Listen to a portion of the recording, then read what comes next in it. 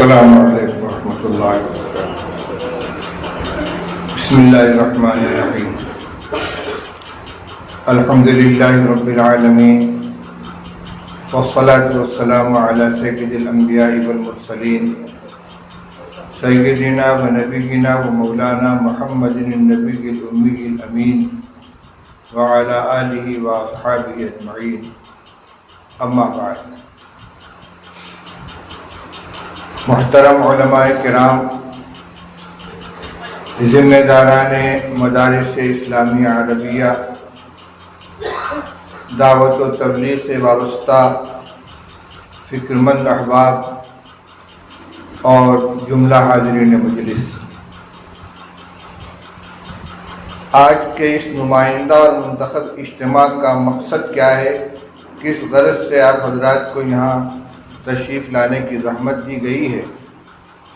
یہ بات اچھی طرح آپ کے سامنے آ چکی ہے اور تمام ضروری باتیں بیان کی جا چکی ہیں۔ ایک بات جس کی طرف تفصیل سے متوجہ نہیں کیا گیا، میں آپ کے سامنے تھوڑی سی اس کی وضاحت چاہتا ہوں، اگرچہ اشارے میں مولانا مفتی محمد عفان صاحب نے اس کا تذکرہ کر دیا کہ ہم جب مکاتب کا تذکرہ کرتے ہیں تو منظم مکاتب کی قید کیوں لگاتے ہیں، صرف مکاتب کیوں نہیں کہتے؟ کیا فرق ہے مکاتب و منظم مکاتب کے اندر؟ اس سلسلے میں ہمارے بزرگ دوست مولانا مفتی محمد عفان صاحب نے اسکولوں کے طریقہ تعلیم اور مدارس کے رواجی طریقہ تعلیم کے درمیان موازنہ کرتے ہوئے جن امور کی طرف اشارہ کیا وہ بہت اہم ہے۔ ابھی اتفاق کی بات یہ ہے کہ آج واٹس ایپ کے اوپر ایک ویڈیو گشت کر رہا ہے، یہ سمجھ میں نہیں آ سکا کہ یہ کہاں کا ہے، لیکن اندازہ یہ ہے کہ یہ پڑوسی ملک کا ہے، جس میں ایک استاد ایک طالب علم کی اس بے دردی سے پٹائی کر رہا ہے کہ حالانکہ وہ تصویر ہے لیکن دیکھ کر پسینہ آ رہا ہے۔ تو مکاتب صرف مکاتب ہوں، ہمارے ذہن میں اب تک یہ تھا کہ منظم مکاتب اور عام مکاتب میں یہ فرق ہے کہ ایک جگہ فیس لی جاتی ہے اور ایک جگہ فیس نہیں لی جاتی، حالانکہ حقیقی فرق یہ نہیں ہے، پورے نظام اور پورے سسٹم کا فرق ہے۔ مکاتب کا مقصد صرف اتنا ہے کہ بچے آئیں، ان کو ناظرہ پڑھا دیا جائے، قرآن پاک پڑھا دیا جائے اور ان کو اس لائق بنا دیا جائے کہ وہ کسی مدرسے میں داخلہ لے سکیں یا حفظ کر سکیں، مکتب کا مقصد حاصل ہو گیا۔ ان کا لباس کیسا ہے، ان کی حاضری کا تناسب کیا ہے، ان کے سرپرستوں کو اپنے بچوں کو مکتب میں بھیجنے کی فکر کتنی ہے، خود بچوں کو پڑھنے سے کتنی دلچسپی ہے، ان چیزوں پر نظر نہیں ہوتی۔ اور منظم مکاتب میں جو چار چیزیں آپ کی طرف کے سامنے پیش کی گئی ہیں، نصاب تعلیم، نظام تعلیم، نگرانی اور ایک چیز کیا تھی؟ طریقہ تعلیم، یہ اس کے بنیادی عناصر ہیں۔ صرف یہ فرق نہیں ہے کہ ایک جگہ فیس لی جاتی اور ایک جگہ فیس نہیں لی جاتی، یہ تو نظام کو چلانے کے لیے اور اس کو خود کفیل بنانے کے لیے راستہ اختیار کیا گیا، اور اس کا بھی دخل ہے۔ جس چیز کو حاصل کرنے میں پیسہ خرچ ہوتا ہے اس کی قدر و قیمت ہوتی ہے۔ عصری تعلیم میں آپ دیکھتے ہیں کہ بڑی بڑی فیس ڈونیشن دے کر داخلہ کرایا جاتا ہے، یونیفارم کے نام پر اور ٹیچنگ کے نام پر، ٹرانسپورٹنگ کے نام پر، بڑی بڑی رقمیں خرچ کی جاتی ہیں، اس کے باوجود قیمتی ٹیوشن بھی کرایا جاتا ہے، بچے بھی شوق سے جاتے ہیں، اساتذہ اور گھر والے بھی محسوس کرتے ہیں کہ ہم اتنا پیسہ خرچ کر رہے ہیں اس تعلیم کے اوپر، تو ہمارا بچہ اس سے محروم نہ رہے۔ تو بہرحال اس کا نفسیاتی اثر پڑتا ہے کہ ایک فری ایجوکیشن ہے، مفت کی تعلیم ہے مکتب کے درجے میں مدارس کی بات نہیں کر رہا ہوں، وہاں کا نظام کچھ اور ہے، اور ایک ہے خرچ کر کے پڑھانے والا۔ یہ فرق ضرور ہے، لیکن منظم مکاتب میں ان چاروں چیزوں کے اوپر نظر رہنی چاہیے، اور یہی اس کا بنیادی فرق ہے عام مکتب میں اور دوسرے مکاتب کے اندر۔ دوسری بات جو حضرت صدر محترم دامت برکاتہم نے ابتداءً اشارے میں کہی تھی، اور میں نے سوچا تھا کہ میں کھڑا ہو کر اس کی وضاحت کروں گا، لیکن الحمدللہ انہوں نے خود اپنے گفتگو کے آخر میں اس کی وضاحت کر دی کہ ہمارا مقصد اور ہمارا اصرار اس پر نہیں ہے کہ دینی تعلیمی بورڈ سے ہی وابستہ ہو کر مکاتب کا نظام چلایا جائے، بلکہ ملک میں بہت سے ادارے ہیں،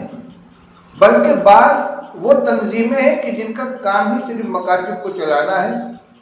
اور ملک کے مختلف حصوں میں ان کے بڑی تعداد میں مکاتب چل رہے ہیں، جہاں ماحول ان کو قبول کرنے کا ہو، ان کی افادیت زیادہ محسوس ہوتی ہو، ان کو کر دیا جائے۔ یہ بات صرف آپ کے سامنے نہیں کہی جا رہی ہے، گزشتہ اجلاس جو دینی تعلیمی بورڈ کا عاملہ کا اجلاس ہوا تھا دہلی میں مسجد عبدالنبی کے اندر، اس میں بھی حضرت مولانا سید محمود اسد صاحب جیزہ مجدوم نے بہت زور دے کر بڑی قوت کے ساتھ بار بار اس کو دہرایا۔ حالانکہ جماعت کے جو خدام ہیں، جو رضاکار ہیں، جو ورکر ہیں، جو محنت کرنے والے ہیں، ان کی فطری خواہش ہوگی کہ ہمارا پلیٹ فارم، ہمارے خدمت کا میدان اپنی تنظیم ہو، اور اپنا دینی تعلیمی بورڈ ہو، جمعیت علماء ہند ہو، لیکن اس کے باوجود یہ اصرار اس مقصد سے تھا کہ یہاں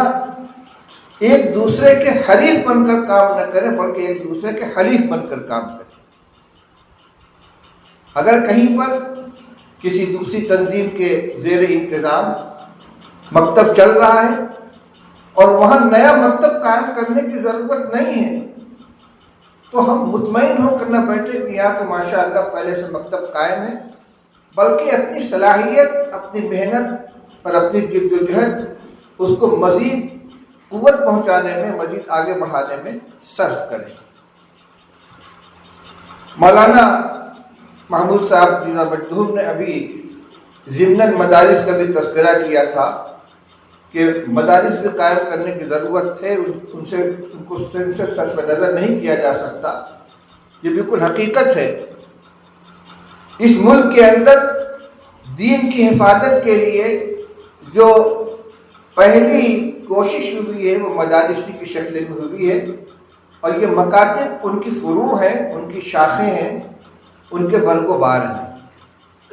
اس لیے جیسے کسی نئی بستی کے اندر ایک پاور ہاؤس ہوتا ہے، پھر اس سے علاقائی پاور اسٹیشن بنائے جاتے ہیں، پھر گھروں کے اندر ان کا کنیکشن پہنچایا جاتا ہے، اسی طریقے سے ایک بڑی آبادی میں صرف مکاتب کا اگر قیام ہے اور مدارس بالکل نہ ہو، تو ان کو کنٹرول کرنے والے علماء، ذمہ داران، مسئولین مہیا نہیں ہو پائیں گے۔ لیکن وہ فرض کفایہ والی تعلیم کے لیے ایک بڑی بستی میں ایک مدرسے کا قیام بھی کافی ہوگا۔ ہاں یہ ضرور ہے کہ جہاں پہلے سے کوئی مدرسہ موجود ہے اور اس سے اس علاقے کی ضرورت پوری ہو رہی ہے، ہمارے نئے فضلاء فارغ ہو کر جائیں تو ان کو اپنی خدمت کے لیے کوئی نیا مدرسہ قائم کرنے کے بجائے مکاتب کے قیام اور اس کے نظام کو چلانے کی طرف توجہ کرنی چاہیے۔ یہی وجہ ہے کہ دارالعلوم دیوبند کے سابق معتمد حضرت مولانا مرغوب الرحمان صاحب رحمۃ اللہ علیہ اور حضرت مولانا سید اشرف صاحب مدنی نور اللہ مرکزہ جو دارالعلوم دیوبند کے رکن شورا بھی تھے اور انتہائی مؤثر فعال بلکہ اس کی فکر کے گویا محور تھے، ان دونوں بزرگوں کی کوشش سے یہ فیصلہ کیا گیا کہ رابطہ مدارس کی طرف سے جو تمام مدارس کو، مربوط مدارس کو یہ سرکولر جاری کیا جائے کہ وہ اپنے بجٹ کا 10% حصہ مکاتب کے قیام پہ خرچ کرے، اور بار بار اس کی یاد دہانی کرائی گئی۔ مولانا محمود صاحب نے اس میں تھوڑی سی ترمیم کا مشورہ دیا دو طرح سے۔ ایک تو یہ کہ 10% بجٹ ہر مدرسے کے لیے خرچ کرنا مشکل ہو جائے گا۔ اگر کسی مدرسے کا بجٹ مثال کے طور پر 10 کروڑ ہے تو وہ اس کا 1 کروڑ خرچ نہیں کر پائے گا، 10% خرچ کرنا مشکل ہے۔ اس لیے یا تو یوں کہا جائے کہ کم از کم 5% خرچ کرے، یا یوں کہا جائے کہ معتدل حصہ اس کا خرچ ہونا چاہیے۔ یہ دوسری تجویز ان کی یہ ہے، یہ تو مسئلہ انشاءاللہ رابطے کی مجلس عاملہ میں آئے گا۔ مولانا کی رائے یہ، اب تو ماشاءاللہ مولانا محمود صاحب دارالعلوم دیوبند کے رکن شورا بھی ہیں، اس لیے یہ ادارے چلانے والے افراد میں شامل ہیں اور ان کی رائے اس کے اندر وقی اور مؤثر ہوگی۔ ان کی رائے یہ کہ دارالعلوم کی طرف سے جو سند اجتباط جاری کی جاتی ہے، وہاں جہاں بہت سی چیزیں دیکھی جاتی ہیں کہ یہ دارالاقامہ ہے کہ نہیں، کتنے بچے اس میں رہتے ہیں، کہ تعداد کیا ہے، کس اس کا معیار تعلیم کیا ہے، کن درجات تک کی تعلیم ہوتی ہے، وہاں یہ بھی دیکھنا چاہیے کہ اس مدرسے کے زیر انتظام کتنے مکاتب چل رہے ہیں، اور مکاتب کے قیام کو سند ارتباط جاری کرنے کے لیے شرط کے طور پر رکھ دیا جائے کہ اگر آپ مکاتب چلائیں گے تو آپ کے مدرسے کو سند ارتباط دی جائے گی، اگر ہم مکاتب نہیں چلائیں گے تو آپ کو سند نہیں دی جائے گی۔ سخت تو ہے ذرا، لیکن انشاءاللہ اگر اس کو مجلس عاملہ منظور کر لیتی ہے، اس کو نافذ کر دیا جاتا ہے، تو جو لوگ کاہلی اور سستی کی وجہ سے، سہل انگاری کی وجہ سے اس طرف توجہ نہیں کر رہے ہیں، اپنی ضرورت اور مجبوری کی وجہ سے بہرحال قدم اٹھائیں گے۔ ابھی یہ بات ہو رہی تھی کہ تقریر مقصود نہیں ہے، ذمہ داری کا احساس اور عزائم کا اظہار اور کام کے لیے اپنے اندر لگن پیدا کرنے اور جذبہ پیدا کرنے کی ضرورت ہے۔ اس سلسلے میں ابھی 2 کام باقی ہیں، جیسا کہ صدر محترم نے مجھے بتلایا۔ ایک تو عزائم کا اظہار، ابھی آپ نے سنا کہ رائچور میں تحفظ ختم نبوت کا اجلاس تھا، اور ماشاءاللہ ہمارے دوست ذیشان حسن قادری، اللہ ان کو انہوں نے برکت دی، انہوں نے اور اپنے احباب نے جو محنت کی،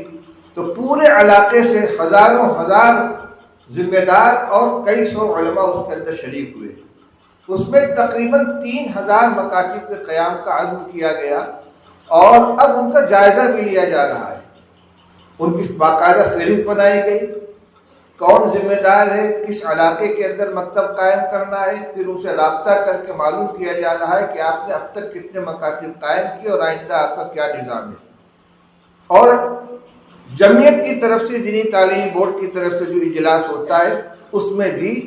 عزائم کا اظہار کرایا جاتا ہے۔ مجلس عاملہ کے گزشتہ اجلاس نے بھی ہر علاقے کے ذمہ داروں سے ان کے ارادوں کا اظہار کرایا گیا، اس کو نوٹ کیا گیا۔ آج بھی یہ عمل کرنا ہے۔ آپ سہولت کو نہ دیکھیں کہ ہم بآسانی 10 مکتب قائم کر سکتے ہیں تو 8 کا اعلان کریں، نہیں، اگر آپ بآسانی 10 مکتب قائم کر سکتے ہیں تو 15 کا اظہار کیجیے، تاکہ 10 تو آپ سہولت کے ساتھ قائم کر لیں اور 5 محنت کر کے، قربانی دے کر،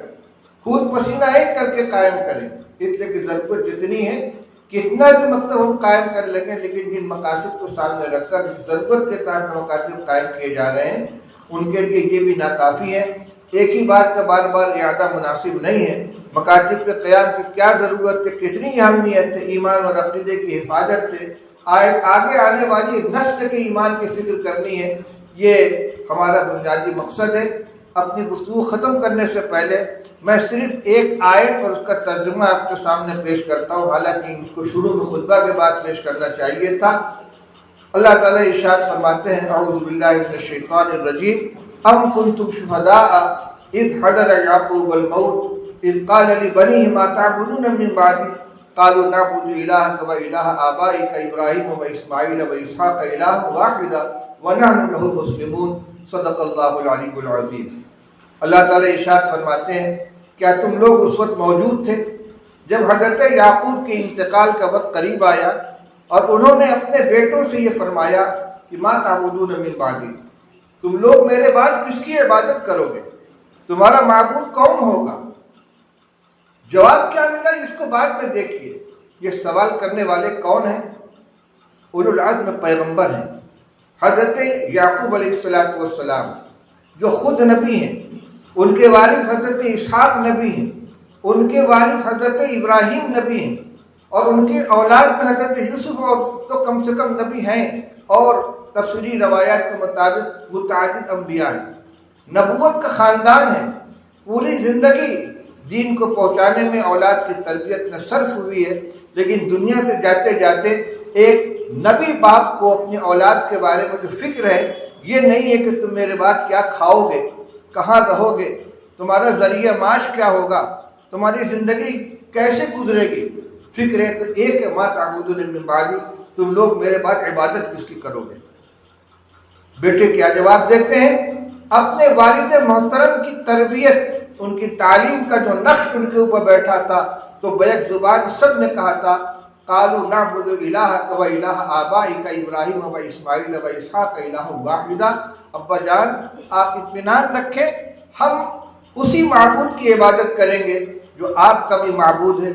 آپ کے آباء و اجداد حضرت ابراہیم، حضرت اسحاق، حضرت اسماعیل کا معبود ہے الہ واحدا ونحن له مسلمون، وہ ایک معبود ہے، ہم اسی کی اطاعت کریں گے۔ تو ساری زندگی کی محنت کے بعد ایک پیغمبر جو بنی اسرائیل کے جد اعلیٰ ہیں، علماء کرام جانتے ہیں اسرائیل حضرت یعقوب علیہ السلام ہی کا نام ہے، اب بنی اسرائیل میں جتنے نبی ہوئے ہیں وہ سب حضرت یعقوب کی اولاد میں سے ہیں، جن میں حضرت